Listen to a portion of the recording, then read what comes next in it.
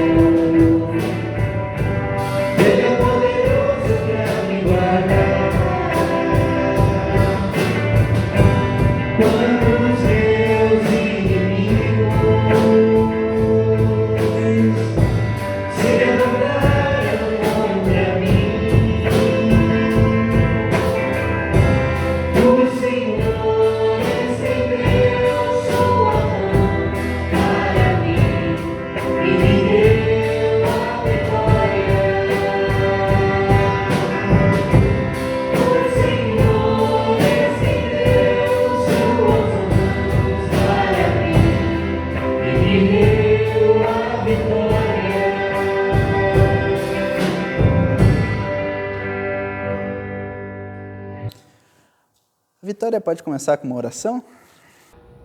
Senhor, obrigado por esse dia, obrigado porque estamos aqui reunidos aqui na sua casa para abençoar, Senhor, e para te agradecer, para te adorar, te louvar, Senhor, entregando um culto que dedicamos e que queremos, Senhor, que o Senhor se agrade desse culto, que seja verdadeiro em cada um dos corações aqui e que essa mensagem possa alcançar muitas vidas, Senhor. A mensagem que foi pregada pelo pastor. Em nome de Jesus, eu agradeço e peço, Senhor. Amém. Amém.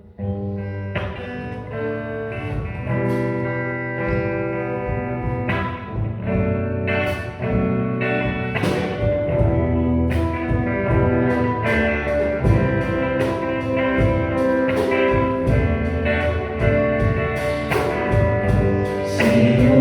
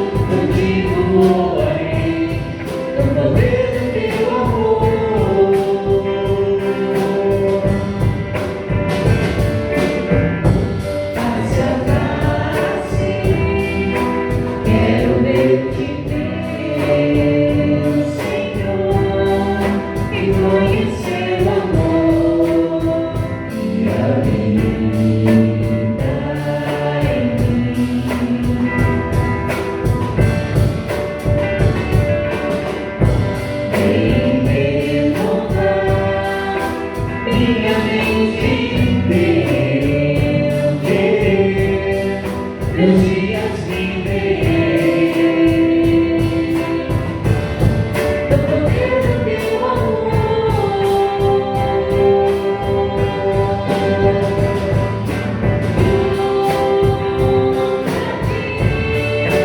teu amor me envolve,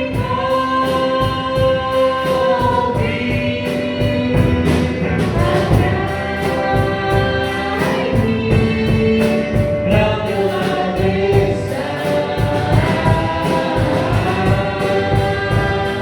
Espero em ti e tudo como águia, nas asas do Espírito, contigo voarei, no poder do teu amor.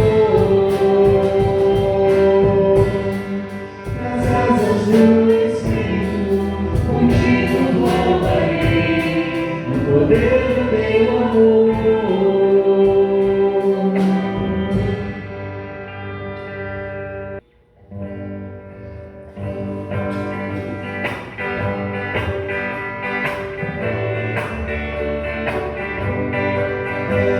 Pendão real nos entregou o Rei, a vós soldados seus, corajosos sois de tudo defender, marchando para os céus, com amor sem temor, por Cristo prontos a sofrer, venham ver o seu pendão, firme sempre até morrer, transformados já malignos ladrões do grande usurpador.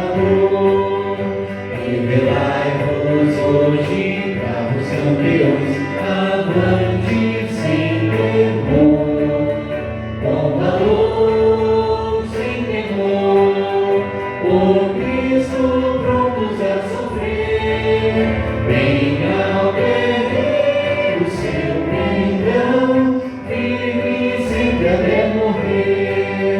Nós sejamos todos a Jesus leais, é o seu real pendão.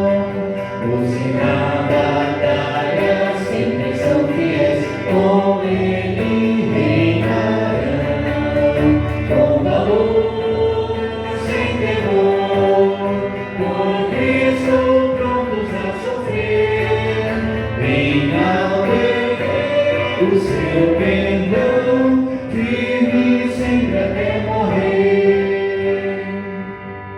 Pode pôr Castelo Forte. Para essa primeira palavra,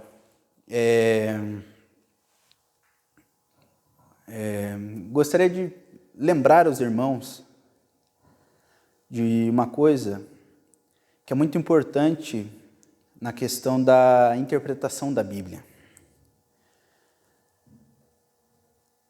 Muitos problemas seriam resolvidos ou nem surgiriam com relação a seitas, heresias e más leituras da Bíblia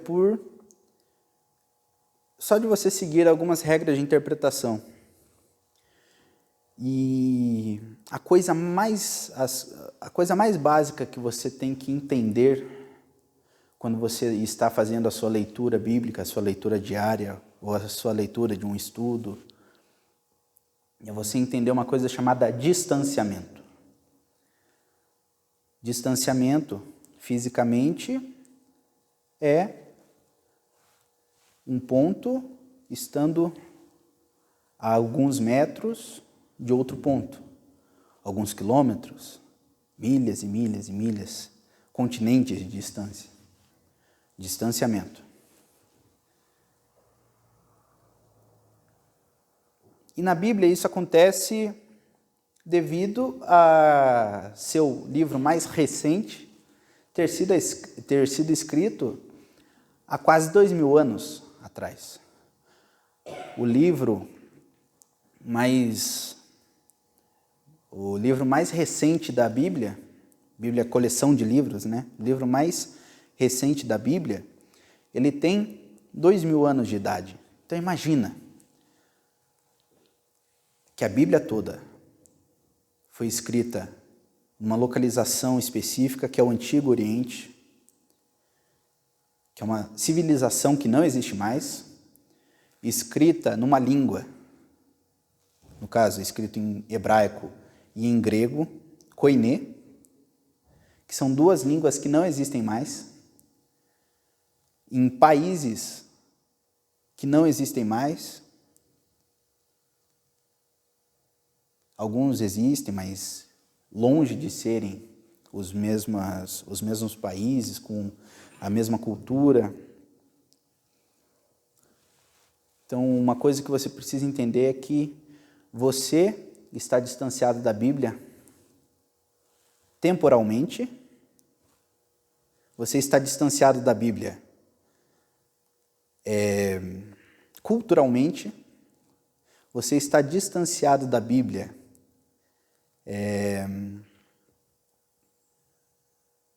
contextualmente. Os contextos onde a Bíblia tem revelações é diferente do contexto onde você se encontra agora.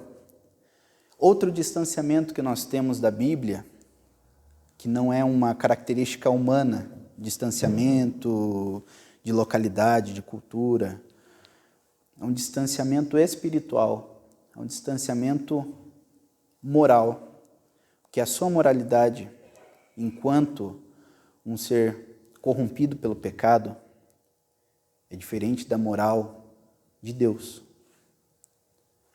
A revelação, ela é perfeita, ela não se contradiz, ela não tem erros em si. Mas o homem, para a Bíblia ser inteligível para você, para que você possa ler essa Bíblia, ela teve que passar por um processo de tradução. Creio que aqui ninguém saiba falar grego koiné ou hebraico antigo. Esse texto foi traduzido. E tradutores não erram, por acaso? Tradutores erram. O grego é uma língua imprecisa. Existem casos de que uma palavra dá 3 significados diferentes. Então você tem que ler o contexto para entender o que o texto está querendo dizer.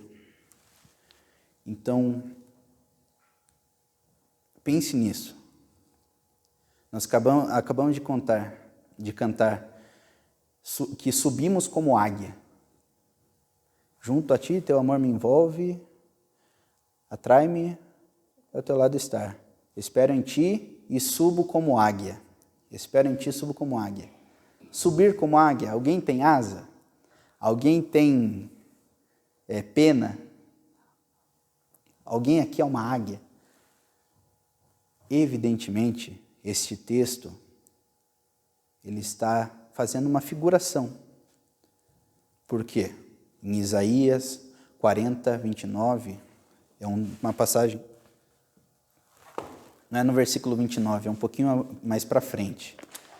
Isaías 40, a partir do versículo 29, só para termos precisão na leitura, no 29, dá força ao cansado e multiplica o poder ao que não tem vigor. Até os jovens se cansam e se fatigam, e os jovens tropeçam e caem. Versículo 31. Mas os que esperam no Senhor renovarão as suas forças e subirão com asas como águia. Correrão e não se cansarão, caminharão e não se fatigarão. Até aqui. Versículo 31 que está escrito esse texto de subir, voar como águia. Por quê? Porque a águia, quando ela está cansada, ela para descansar, ela sobe e vai subindo, e subindo, e subindo, e subindo, e subindo, e subindo, renova suas energias e volta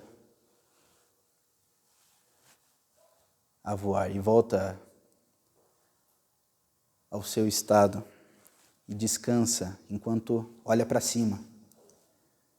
O que é uma alegoria para nós, que quando estamos abatidos e afligidos, e quando estamos cansados, oprimidos pelo inimigo, ou por qualquer motivo que seja, nós olhamos para cima e nós buscamos força no Pai. Nós olhamos para os céus e oramos. É uma figura de linguagem. Se cada texto em que aparecer uma criatura monstruosa na Bíblia, você entender como de forma literal, se você ler a Bíblia toda de forma literal, você vai inventar diversas coisas que a Bíblia não quis dizer. Se o texto é alegórico, se o texto tem simbologia para um povo, para o povo judeu, e você quer tratar esse texto com literalidade, está errado. Se você quiser tirar doutrina de um texto que não é doutrinário, o que vai acontecer? Heresia, seita.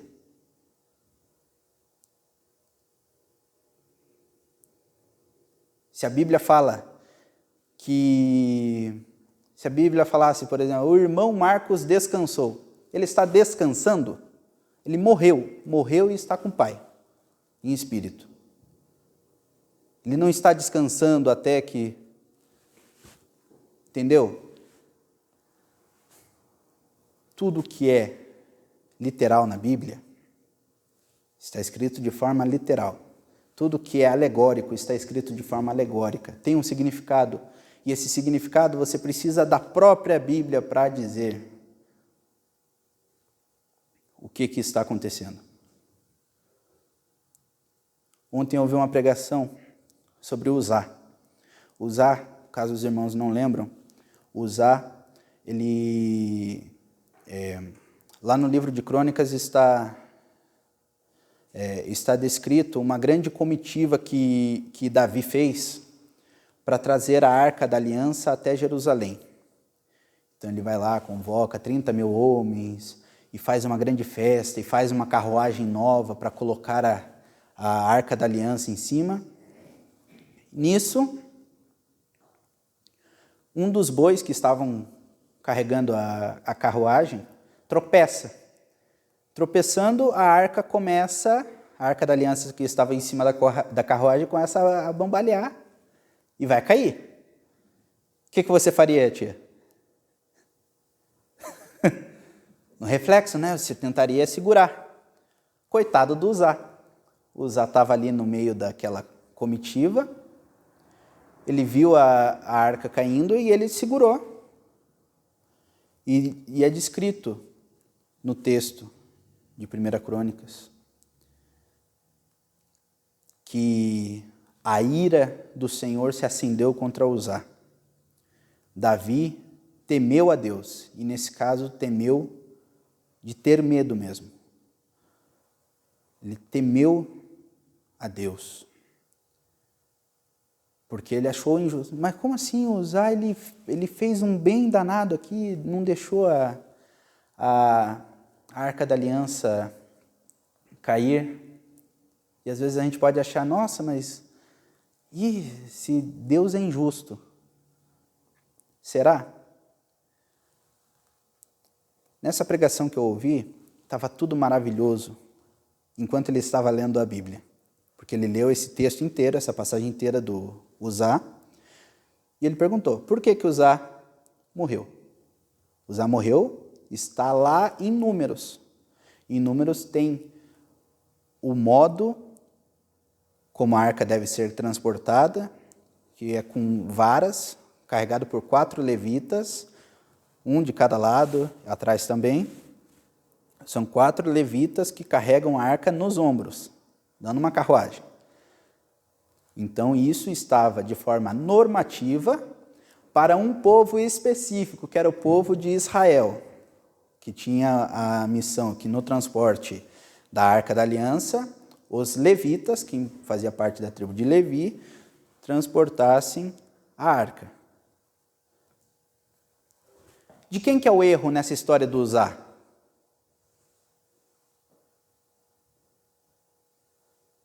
Alguém dá um chute? Nós temos o Davi, que chamou, chamou todo o povo para uma grande festa perante o povo, para trazer a Arca da Aliança. Nós temos o Uzá, que acabou morrendo. Nós temos os sacerdotes. Nós temos todo aquele povo que estava, todos aqueles 30 mil que estavam naquela comitiva. De quem que é o erro? Do líder. Do líder. A culpa da morte do Uzá não é do Uzá. A culpa é da liderança. Quem estava à frente daquela comitiva era Davi. Então, Davi pecou. Davi errou naquela situação. Ele precisou de um tempo para assumir a culpa, para ver o que tinha dado de errado. Aí foi só ele ver novamente como que deveria ter sido transportada a arca. Ele se arrependeu e ele foi buscar a arca, agora da forma certa, depois de 3 meses do acontecido, da tragédia. Ele fez da forma correta e dessa forma a Arca da Aliança foi trazida a Jerusalém. Da forma correta. Líderes, mais um pedaço. Na pregação que eu ouvi ontem, estava tudo perfeito, enquanto ele estava lendo a Bíblia. 1 Crônicas, lendo a história do Uzá, Números, lendo a forma como a Arca da Aliança deveria ser transportada. Depois que ele fez a leitura desses 2 textos, ele abriu um livro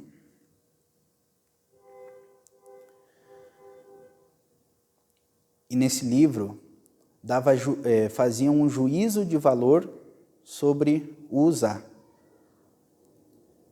Ele leu que Uzá estava em pecado e por isso, quando ele ousou tocar a Arca da Aliança, ele morreu.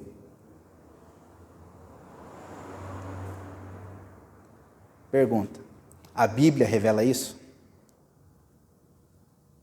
Não.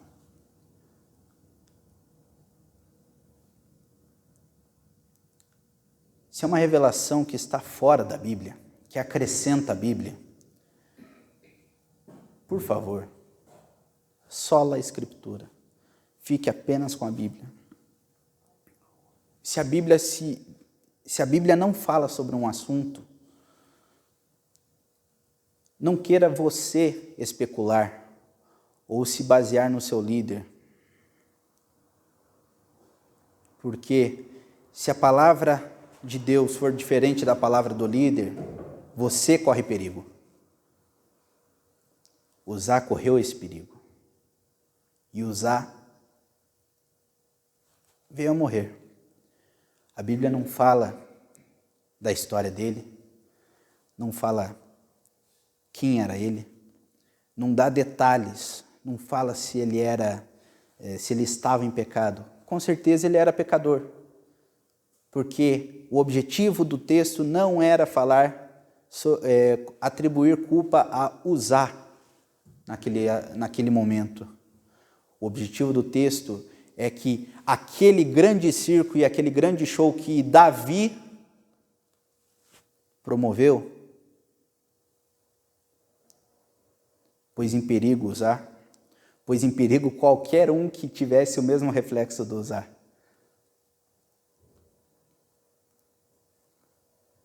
Uzá, ele só foi o mais rápido, mas todo mundo que visse a arca caindo,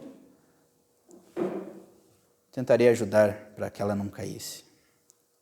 Então, a responsabilidade de quem está aqui na frente, vocês que estão liderando a igreja em louvor, eu que lidero a igreja em louvor, que trago uma mensagem, o pastor, principalmente o pastor, o que tem de texto na Bíblia falando que se o pastor vacilar, vai ser cobrado muito além. Nós temos uma responsabilidade muito grande e nós precisamos ter apenas a Escritura, a orientação do Espírito Santo, um bom estudo, uma boa interpretação da Bíblia, para que nós possamos agradar a Deus no nosso louvor e agradar a Deus na nossa devoção. Amém? Eu ia chamar de crianças, eu tenho a idade deles. Pessoal, hoje nós não tivemos um ensaio ontem, e hoje nós preparamos algumas músicas, separamos algumas músicas, e o Matheus, quero hino. Então vamos cantar hino.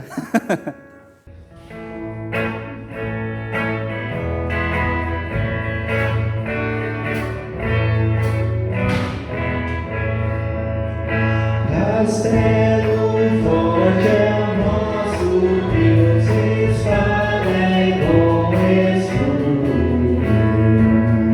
Com seu poder defende os seus em todo trânsito. Com fúria pertinaz, persegue Satanás. Com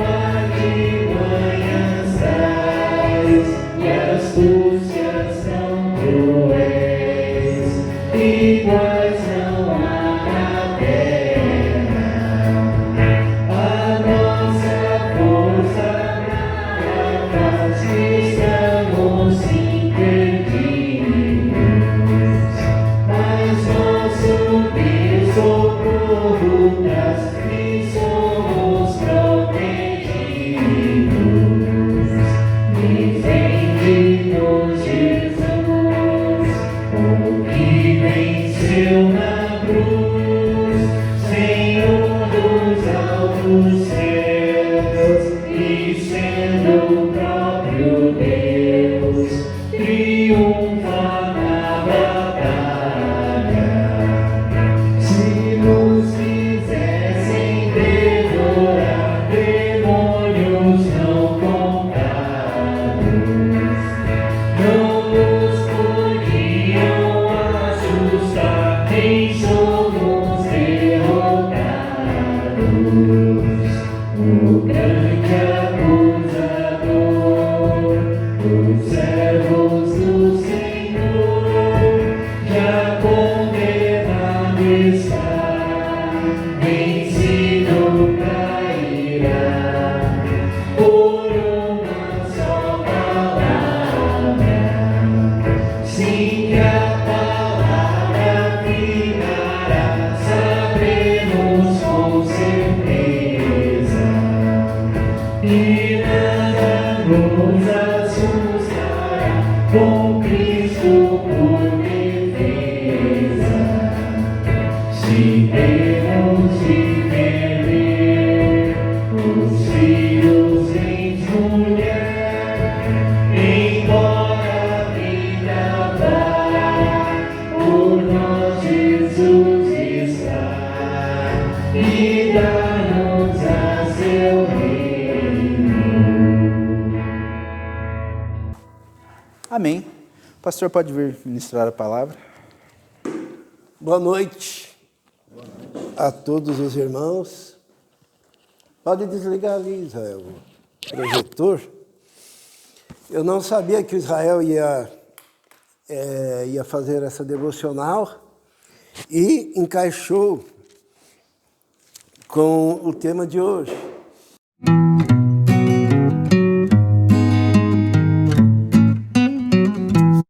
Eu peço aos irmãos que abram as suas Bíblias em Gálatas, no capítulo 1. Gálatas, capítulo 1. No livro de Gálatas tem algumas dicotomias. O que é uma dicotomia?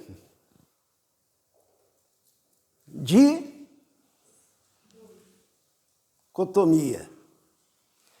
É quando é dividido em dois, assim, né? Eu acredito que o apóstolo Paulo, ele quis tornar mais simples, para que fosse bem entendido o Evangelho. Então, o livro de Gálatas está cheio de dicotomias, para que a gente possa compreender. E nós vamos ler em Gálatas, capítulo 1, a partir do versículo 6. Diz assim: Admiro-me de que vocês estejam abandonando tão rapidamente aquele que os chamou pela graça de Cristo para seguirem outro evangelho, que na realidade não é o evangelho. O que ocorre é que algumas pessoas os estão perturbando, querendo perverter o evangelho de Cristo. Mas ainda que nós ou um anjo dos céus pregue um evangelho diferente daquele que lhes pregamos, que seja amaldiçoado. Como já dissemos, agora repito, se alguém lhes anuncia um evangelho diferente daquele que já receberam, que seja amaldiçoado.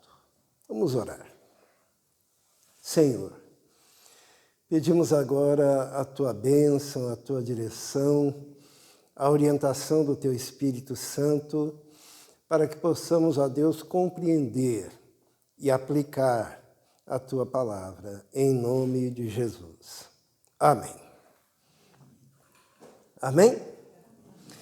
Então, a primeira dicotomia que aparece no livro de Gálatas está logo no versículo 6, quando Paulo diz assim: admiro-me de que vocês estejam abandonando tão rapidamente aquele que os chamou pela graça de Cristo, para seguirem outro evangelho. Então, existe um evangelho da graça e existe o quê? Outro, deutero evangelho. Um é da graça, o resto é outro. Que aqui Paulo está falando da lei, né?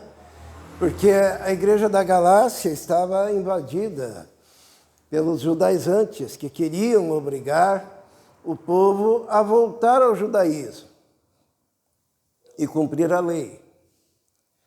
Então, a primeira dicotomia é o evangelho da graça e o evangelho da lei, que Paulo mostra aqui. E ele diz que esse evangelho, esse outro evangelho, ele não é outro. Como assim? É outro ou não é outro? É que toda heresia tem um conteúdo de verdade. Então, a pessoa que prega uma heresia ou aceita, ela traz um conteúdo de verdade.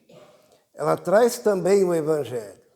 Só que o evangelho deutero, outro. O evangelho distorcido. Todas as seitas, quando vão falar contigo, vem com a Bíblia. Ou com alguma Bíblia. Falam de Jesus. Só que há uma distorção. É o que aparece aqui, ó. E Paulo, ele diz assim, no versículo 7. Lê para nós, Israel. O qual não é outro, mas há alguns que vos inquietam e querem transtornar o evangelho de Cristo. Transtornar, modificar o evangelho de Cristo. Então, Paulo, ele quis que tudo ficasse muito claro. Então, você pode marcar um X. Você é do evangelho da graça ou você é do outro? Vamos marcar os X nessa dicotomia, né? Paulo ainda diz assim, olha, se nós mesmos, quando Paulo fala nós mesmos, quem que ele está se referindo? Ele diz aqui, ó, no versículo 8, mas ainda que nós ou um anjo, quem que é esse nós? Ele mesmo, né? Então Paulo diz assim, ó, se eu modificar algo, ou mesmo que um anjo venha e modifique o evangelho e pregue um evangelho diferente daquele que lhes pregamos, seja o quê? Anátema. O que significa isso? Maldito, amaldiçoado. Então, se Paulo pregasse um outro evangelho diferente daquele, ou um anjo, tem muita gente que gosta de anjo, né? Alguma vez na Bíblia um anjo pregou? Hã? Para Cornélio ele pregou? Hã? Não, ele não pregou, ele disse assim, Cornélio, o quê? Chama Pedro, porque Pedro vem e vai pregar. Porque os anjos estão proibidos. O máximo que um anjo faz é dizer, ó, vai lá e chama alguém. É o que acontece lá em Atos. E hoje em dia nem precisa disso, porque nós temos a ação do Espírito Santo, né? Então, eu estou com dificuldade para falar hoje, irmãos, mas vamos lá. Mas ainda que um anjo vos pregue outro evangelho diferente daquele que pregamos, seja anátema, maldito. Como já dissemos, agora repito, se alguém lhes anuncia um evangelho diferente daquele que já receberam, seja amaldiçoado. Então, muitos saíram pelo mundo pregando um evangelho diferente, né? Então, a primeira dicotomia que nós vemos aqui é o evangelho da graça e outro evangelho. Vamos continuar agora no versículo 11. Vamos ler lá. Diz assim, irmãos, quero que saibam que o evangelho por mim anunciado não é de origem humana. Não o recebi de pessoa alguma, nem me foi ele ensinado, ao contrário, eu o recebi de Jesus Cristo por revelação. Então, a segunda dicotomia é origem humana e origem Jesus. Tá? Marca um xizinho lá. Se você estiver marcando o xizinho na fileira errada, quero lhe dizer que você está sendo enganado. Porque existem evangelhos que são de origem humana, que dependem do homem, dependem de líderes, dependem de profetas. Paulo diz, olha, o evangelho que eu preguei não tem origem no homem. Se o evangelho que você recebeu tem origem humana, é falso. Sabe por que ele deixa tão claro e faz essa dicotomia? Ele fala de forma binária, para você saber se está de um lado ou se está do outro lado. Jesus também era assim. Jesus falou o quê? Jesus falou que tem dois caminhos. Um é largo, outro estreito, né? Não existe essa ideia de que todos os caminhos levam a Deus e que depende do teu grau de entendimento. Se fosse assim, era só deixar burro mesmo, né? Não tem nenhum texto na Bíblia que diz assim, bem-aventurados os imbecis, porque deles é o reino dos céus, né? E tem gente que imagina que seja assim o evangelho. Depende do seu nível de iluminação. Isto é, quanto mais burro, mais inocente. Quanto mais imbecil, mais salvo. Jesus nunca falou isso. Tem gente que diz, padre, pastor, médium, tudo igual, depende do nível de entendimento de cada um. Não, existem apenas 2 caminhos. Se você estiver no caminho errado, você vai para o inferno. Jesus deixa bem claro. E Jesus ainda diz assim, esforçai-vos por ir pelo caminho estreito, porque largo é o caminho que conduz à perdição. E se o teu evangelho é de origem humana, como é que você sabe se o evangelho é de origem humana? Você depende de um profeta ou de uma profetisa, você depende de um pastor que vai te dizer, né, o que é certo, o que é errado. Não. O teu evangelho tem que ser de origem divina, da revelação, da Bíblia, que você leia e compreenda. Hoje em dia existem muitos evangelhos, né? Existe o evangelho da prosperidade, o povo vem para a igreja para ficar rico, né? Qual outro evangelho que tem? O evangelho da autoestima. Você vem para a igreja dizer que você é mais precioso que o ouro de Ofir, né? Que você é grandioso, que você é o bom, que você é o melhor de Deus. O evangelho da autoestima. Existe o evangelho de Jesus que diz que você é pecador e precisa da graça de Deus para ser salvo, né? E é esse evangelho que não é de origem humana que é anunciado. Essa é a segunda dicotomia. Vamos ver a terceira, capítulo 3, a partir do versículo 2. Vamos ler lá em Gálatas. Ou você está de um lado ou você está de outro.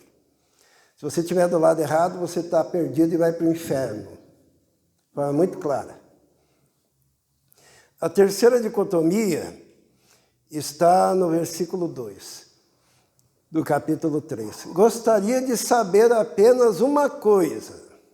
Paulo está falando para a igreja da Galácia. Foi pela prática da lei que vocês receberam o Espírito ou pela fé naquilo que ouviram? Então aqui essa dicotomia é prática da lei ou o quê? Ou a fé. Então ou você é da fé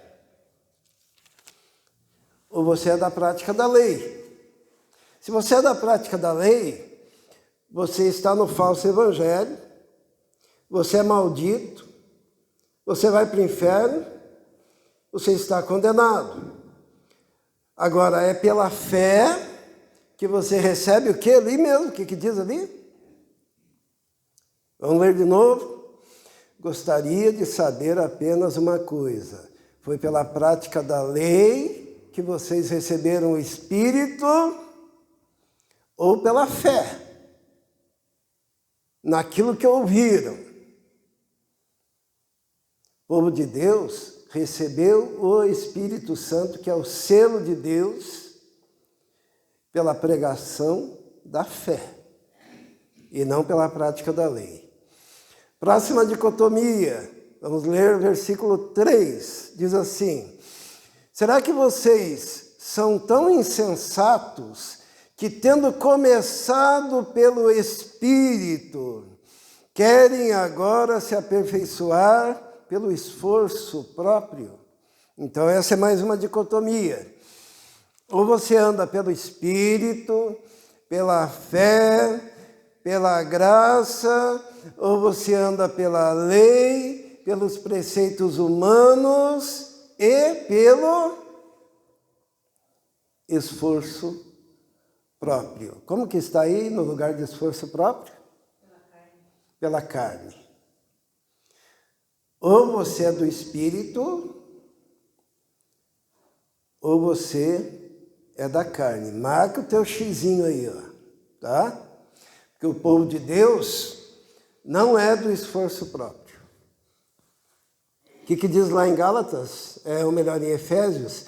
Pela graça, sois salvos por meio da fé. Isso não vem de vós, é dom de Deus e não vem das obras, não vem do esforço próprio, para que ninguém se glorie. Então, essa dicotomia, ou é do espírito, ou é do esforço próprio. Vamos, capítulo 3, a partir do versículo 11. Vamos ver mais uma dicotomia ali, mais uma divisão. Paulo diz assim: é evidente que diante de Deus ninguém é justificado pela lei, pois o justo viverá pela fé. A lei não é baseada na fé. Ao contrário, quem praticar essas coisas, por elas viverá. E Cristo nos redimiu da maldição da lei, quando se tornou maldição em nosso lugar. Pois está escrito: maldito todo aquele que for pendurado no madeiro. Isso para que em Cristo Jesus a bênção de Abraão chegasse também aos gentios, para que recebêssemos a promessa do Espírito mediante a fé. A dicotomia aqui é se você é da maldição da lei ou se você é da bênção de Abraão. Paulo deixa muito clara essa dicotomia. Se você está debaixo da lei, você é da maldição, você é maldito. Se você é de Abraão, você é da fé, da bênção de Abraão. Nós já vamos ver o que é a bênção de Abraão. Então marca um xizinho. Se você é maldito ou se você é abençoado com a bênção de Abraão. Vamos continuar. A sexta dicotomia está no versículo 17. Diz assim: quero dizer isto, a lei que veio 430 anos depois não anula a aliança previamente estabelecida por Deus, de modo que venha invalidar a promessa. Pois se a herança depende da lei, já não depende da promessa de Deus. Deus, porém, concedeu-a gratuitamente a Abraão mediante a promessa. Então, a divisão aqui, a dicotomia, se você é da promessa feita a Abraão ou se você é da lei. A promessa feita a Abraão foi feita quantos anos mesmo? Antes da lei? 430, conforme diz o texto. Diz assim: quero dizer isso, a lei que veio 430 anos depois não anula a aliança previamente estabelecida por Deus, de modo que venha invalidar a promessa. Ou você é filho da lei, ou você é filho da promessa. E essa promessa veio 430 anos antes da lei. E nós, que somos filhos de Abraão, nós somos filhos da promessa. E você tem que marcar o X. Você é da promessa ou você é da lei? Vamos continuar no capítulo 4, versículo 4. Mais uma dicotomia, mais uma divisão ali muito clara para você saber de que lado que você está. Diz assim, 4:4. Mas quando chegou a plenitude do tempo, Deus enviou seu filho nascido de mulher, nascido debaixo da lei, a fim de redimir os que estavam sob a lei, para que recebêssemos a adoção de filhos. E porque vocês são filhos, Deus enviou o Espírito de seu Filho ao coração de vocês. E ele clama, Abba, Pai. Assim você já não é mais escravo, mas filho. E por ser filho, Deus também o tornou herdeiro. Qual que é a dicotomia aqui? Ou você é escravo, ou você é filho. Se você é escravo, você é obrigado a servir e obedecer à lei. Se você é filho, você está livre da lei. Tanto que Paulo continua dizendo no versículo 8, vamos ler? Antes, quando vocês não conheciam a Deus,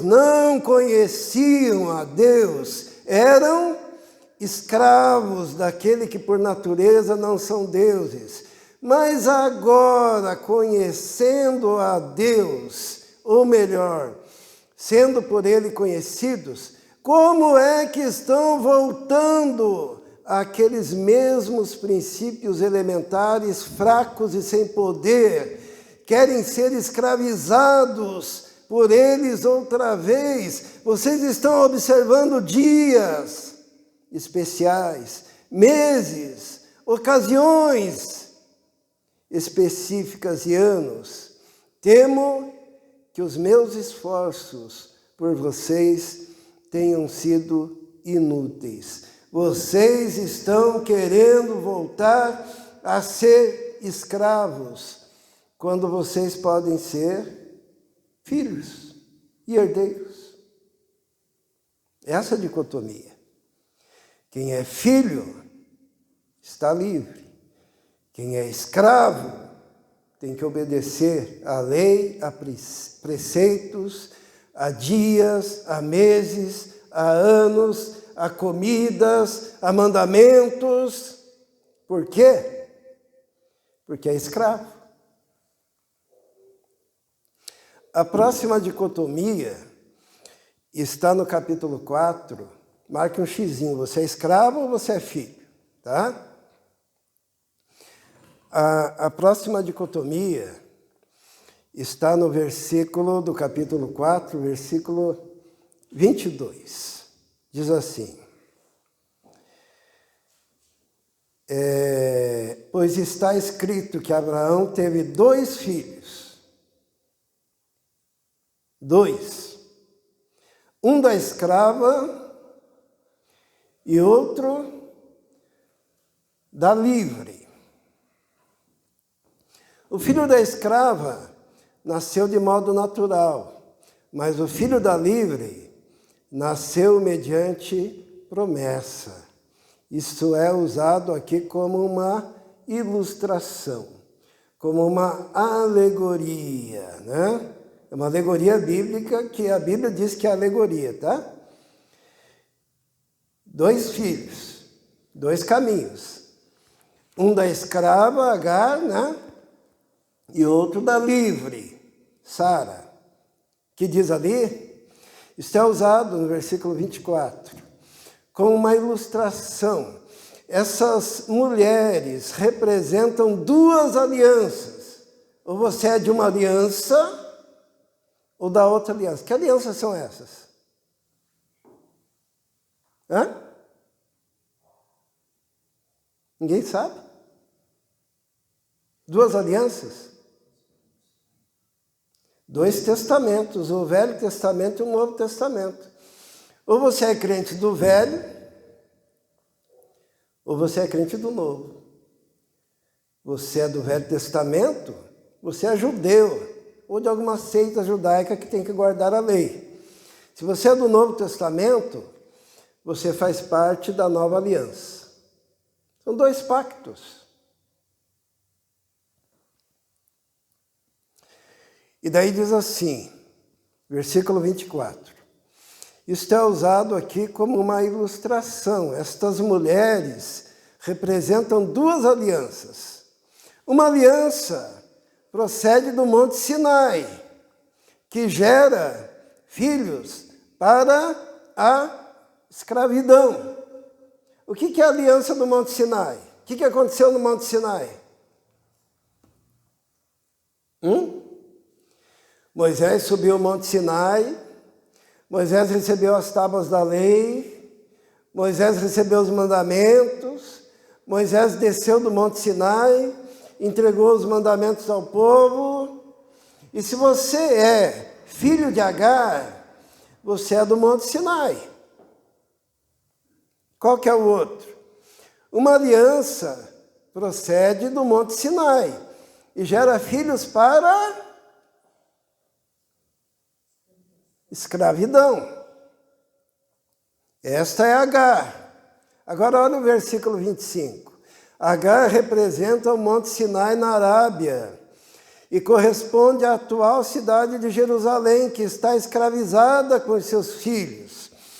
Mas a Jerusalém do Alto é livre, é a nossa mãe, pois está escrito: regozije-se, ó estéril, você que nunca teve filhos, grite de alegria, você que nunca esteve em trabalho de parto, porque mais são os filhos da mulher abandonada do que daquela que tem marido.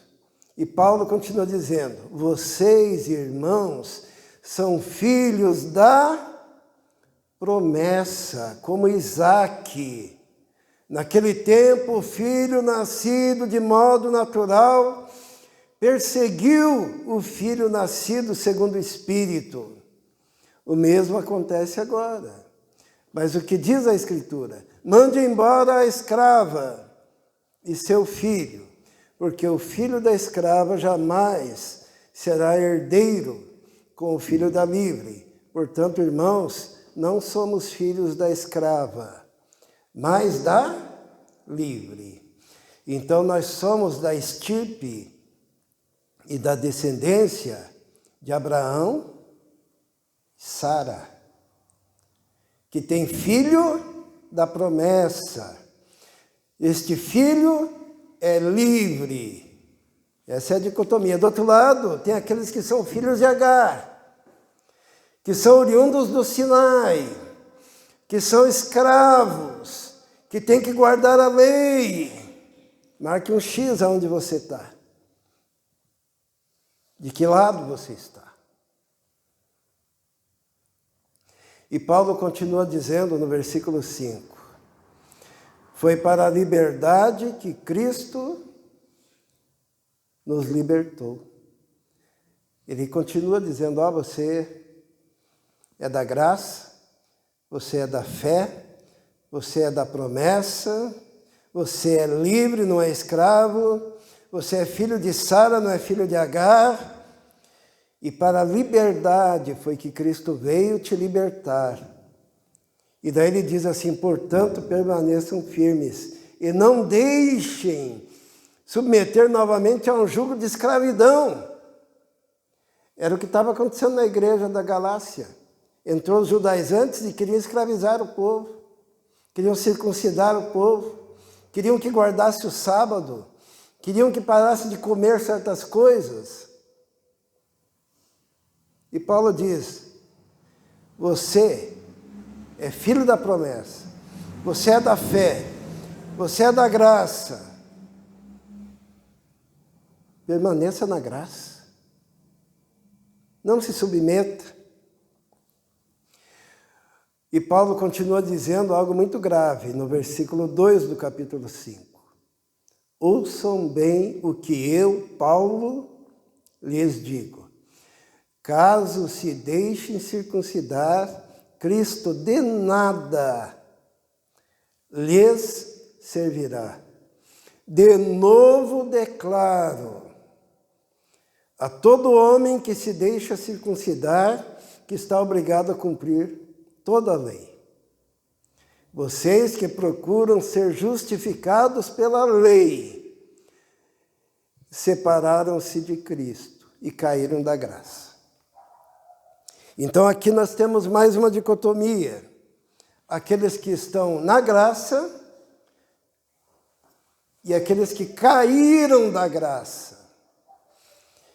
Quem está na graça está com Cristo. Quem caiu da graça é quem deseja se justificar através do cumprimento da lei. E a Bíblia diz o quê? Que se você escolher um preceito da lei para cumprir, você é obrigado a cumprir todos.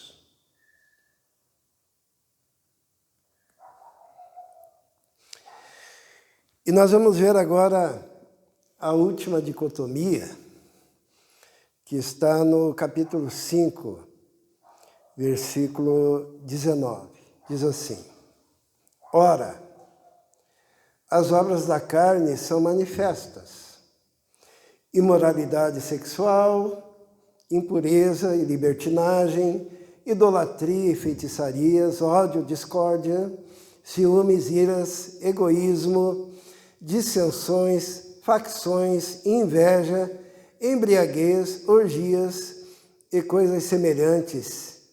Eu os advirto, como já antes os adverti, aqueles que praticam essas coisas não herdarão o reino de Deus. Quem é da carne vai invariavelmente ser inclinado a essas coisas, né? Inimizades, porfias, facções, divisões, desejos carnais. Quem é da carne vai por esse caminho.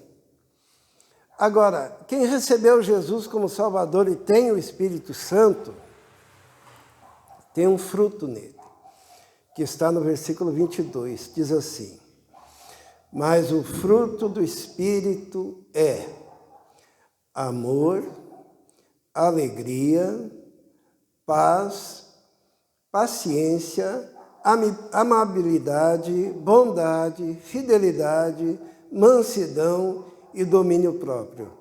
Contra essas coisas não há lei. Os que pertencem a Cristo Jesus crucificaram a carne com as suas paixões e seus desejos. Se vivemos pelo Espírito, andemos também pelo Espírito. Na verdade, o que acontece é o seguinte: se você se converteu, o Espírito Santo mora em você. E vai ter uma inclinação no seu coração para produzir esses frutos aqui: amor, alegria, paz, paciência, amabilidade, bondade. Isso daí vai estar te impulsionando, o Espírito vai estar te levando por esse caminho.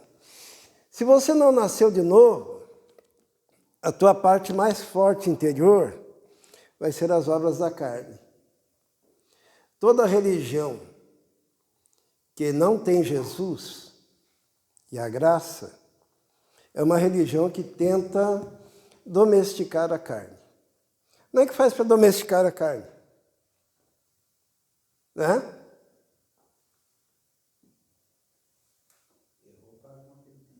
Mandamento, penitência, vigilância, obrigatoriedade das coisas. Então, toda religião humana, ela é cheia de preceitos, de ordenanças, de mandamentos, de ordens, para tentar segurar a carne. É semelhante àquele cara que caiu eu ia falar outra coisa, caiu na lama e usa a própria lama para tentar se limpar, entende? Não vai conseguir. Agora, quem é do Espírito tem uma inclinação diferente, tem uma natureza diferente, tem um caminho diferente, tem um impulso diferente. E ele vai buscar a santificação. Ele não precisa de alguém estar vigiando ele para saber se ele comeu isso ou comeu aquilo. Ele não precisa ter alguém vigiando ele para saber se ele fez isso ou fez aquilo. Porque o negócio dele é com Deus. E o Espírito Santo está nele o tempo todo. E ele tem consciência disso. Por isso que tudo é resumido, mais uma vez, quase que a Bíblia inteira resume, né? O Novo Testamento inteiro resume, porque o Novo Testamento interpreta o Velho, né? Vamos ler o capítulo 5, versículo 14. O que diz lá? Toda a lei. 5,14. Toda a lei. Quanto da lei? Toda? Não, aqui só está se referindo aos 10 mandamentos, certo? Não, está falando de toda a lei. Toda a lei se resume num só mandamento. Como facilitou, né? Por isso que a Bíblia diz assim, aquele que quer cumprir toda a lei é que gosta de ser escravo. Toda a lei se resume num só mandamento. Ame o seu próximo como a si mesmo. Irmãos, estão entendendo? Jesus, ele facilitou tudo. Jesus, ele diz, ame ao teu próximo, ame a Deus sobre todas as coisas e ao teu próximo como a ti mesmo. O cumprimento da lei é o amor. Esse amor que foi derramado em nossos corações através de Jesus Cristo. Sabe por que nós estamos numa nova dimensão? Porque no dia que você recebeu Jesus, você foi crucificado com Ele e se identificou com Ele na cruz. Então a carne e o pecado foi crucificado e morto. E você renasceu agora livre. Agora você é filho. Você tem uma vida diferente. Aonde que está escrito isso? Vamos ler lá em Gálatas, no capítulo 2, versículo 20. O que diz lá? Paulo, ele diz assim, para que as pessoas entendessem que já não são mais as mesmas, mas que são novas criaturas da nova aliança, da promessa, da fé, da graça. Paulo diz assim, fui crucificado com Cristo. Já não sou eu quem vive, mas Cristo vive em mim. A vida que agora vivo no corpo, vivo-a na fé do Filho de Deus, que me amou e se entregou por mim. Já estou crucificado com Cristo e vivo não mais eu. Que coisa maravilhosa, não é? Isto é, se você não está crucificado com Cristo, você é obrigado a guardar tudo aquilo lá. Mas se você já se identificou com Cristo na cruz, agora você é nova criatura em Cristo Jesus. Jesus, ele falou, conhecereis a verdade, e a verdade vai o quê? Vos libertará. Agora você é livre em Cristo. Paulo, ele colocou em termos binários, ou é isso ou é aquilo, para que ficasse muito claro e fosse fácil de entender. Tem gente que diz que a Bíblia é difícil de entender, mas não é. A Bíblia foi escrita para uma criança entender. Paulo diz assim, se alguém torcer um pouquinho, seja anátema, né? E sabe como é que se torce o Evangelho? Eu falei que existe o Evangelho da prosperidade, o Evangelho da autoestima, né? Que é aquele que fica dizendo que você é bom, que você é o melhor e tal, que você é precioso que nem o ouro de Ofir. Mas existe um outro Evangelho também, que é falso, que é o Evangelho da adversativa. Então, os universitários, o que é adversativa?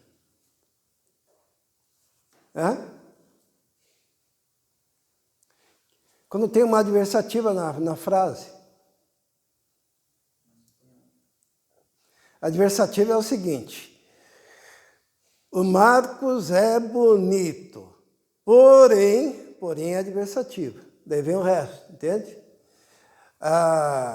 O Gabriel é rico, mas é adversativa, tá?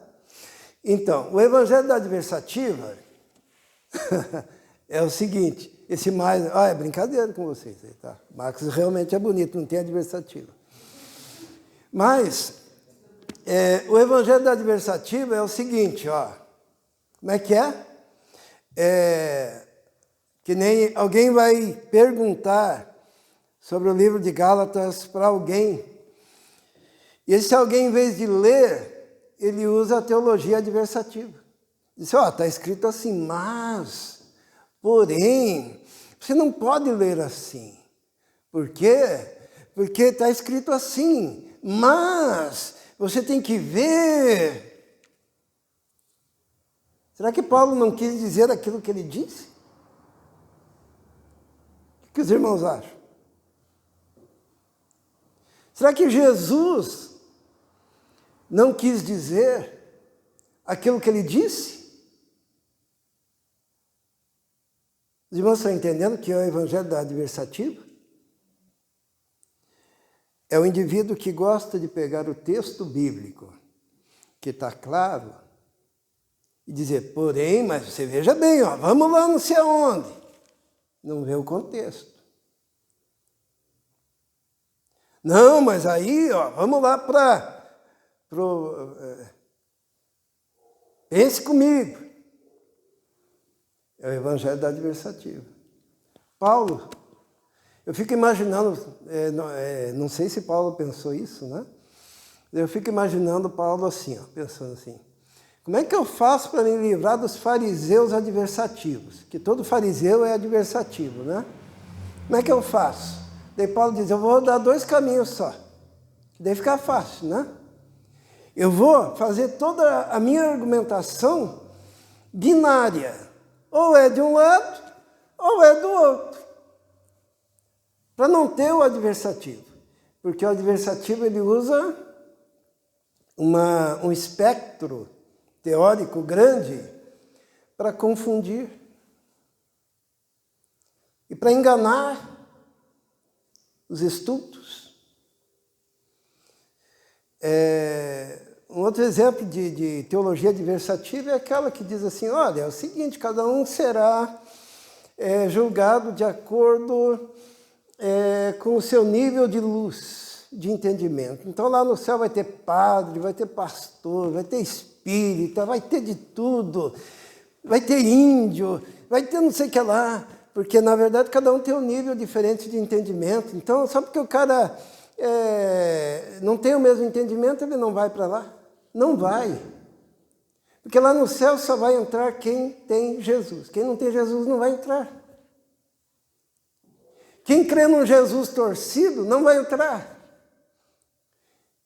Quem ouve um evangelho arrebentado e sujo e crê nesse evangelho sujo, não vai entrar. Quem que vai entrar? Somente quem nasceu de novo.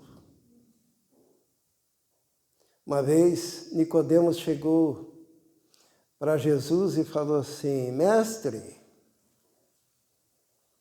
eu sei que o Senhor é do céu, porque ninguém pode fazer os sinais que tu fazes, se Deus não for com ele. Jesus o cortou na hora e disse assim, o negócio é o seguinte, importa renascer. Se você não nasceu de novo, você não vai entrar no reino. Você sequer vai enxergar o reino.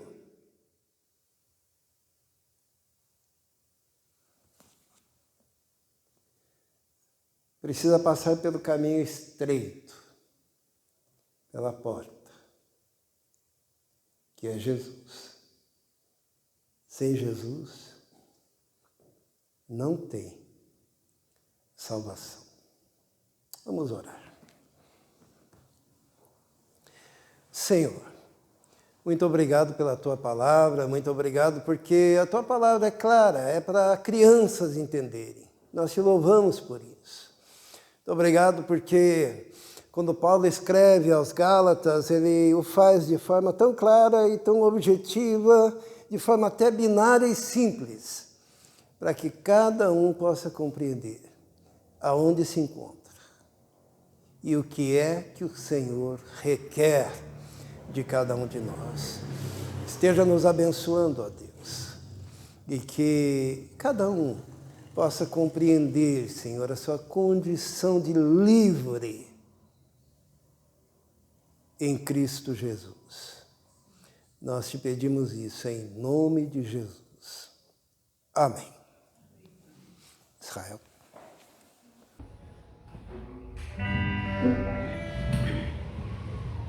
Como que eu posso acrescentar nessa palavra? Eu só faço novamente o apelo que Paulo fez, o apelo que Ananias fez a Paulo. Por que te demoras? Por que te demoras em aceitar a graça e rejeitar a lei? Porque se alguém tiver com a Bíblia aberta em Gálatas 2, versículo 21,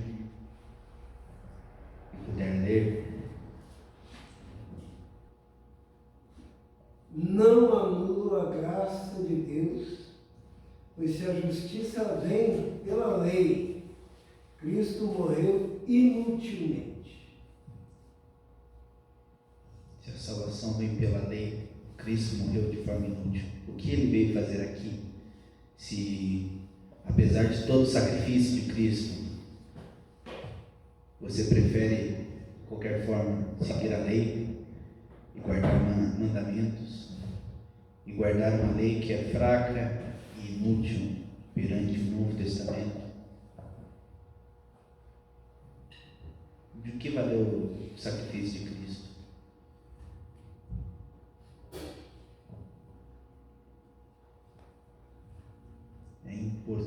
Importa que você morra com Cristo, que você crucifique a sua carne na cruz, que você morra para si,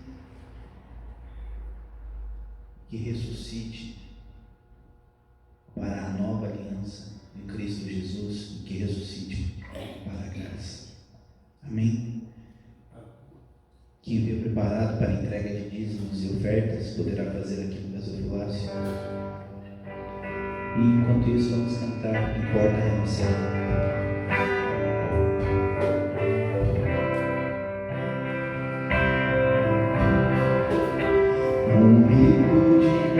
Chegou a Jesus, a fim de saber o caminho da luz. O Mestre bem claro lhe fez entender: importa renascer, importa renascer, importa renascer. Com voz infalível disse Jesus: importa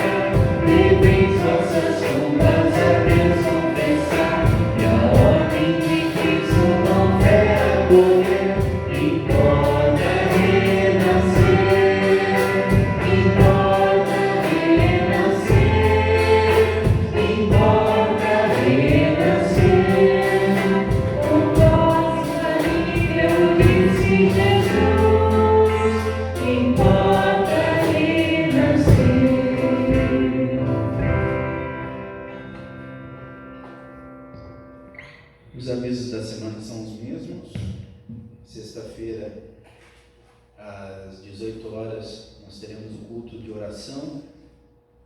Aqui todos estão convidados. No sábado, nós nos conversamos no grupo ali, mas por enquanto está mantido. O culto, o ensaio no sábado. E eu quero convidar o Guilherme, que se tiver um tempo, que venha tocar, fazer o baixo aqui, que fica muito bonito e acrescenta muito no louvor. E domingo estaremos novamente reunidos em nome de Jesus Cristo, trazendo uma palavra, falando com uma mensagem, lendo a Bíblia, fazendo uma exposição e louvando a Deus com cânticos, louvores de adoração. Amém? Convido o pastor para que faça a oração, dê a bênção.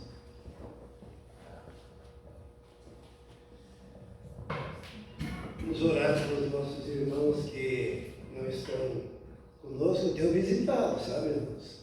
E muitos falam assim, ó, estamos quase voltando, porque a pandemia parece que fez a debandada, né?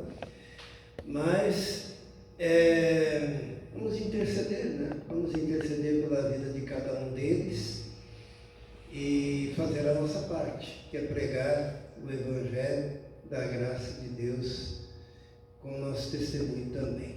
Vamos orar. Santo e eterno Deus, muito obrigado, Senhor, porque fomos redimidos, fomos resgatados pela Tua graça, pelo Teu amor. Obrigado porque na cruz nós fomos comprados, ó Deus, por Ti. E hoje nós pertencemos ao Senhor e somos filhos da graça. Nós te louvamos. Pedimos a Tua bênção, a Tua proteção sobre todo o Teu povo, ó Deus, durante essa semana. E que a graça do nosso Senhor e Salvador Jesus Cristo, o amor de Deus, o Pai, e a comunhão do Espírito Santo esteja com todos vós agora e para todos sempre. Amém. Que Deus abençoe a todos. Dê um abraço no Senhor.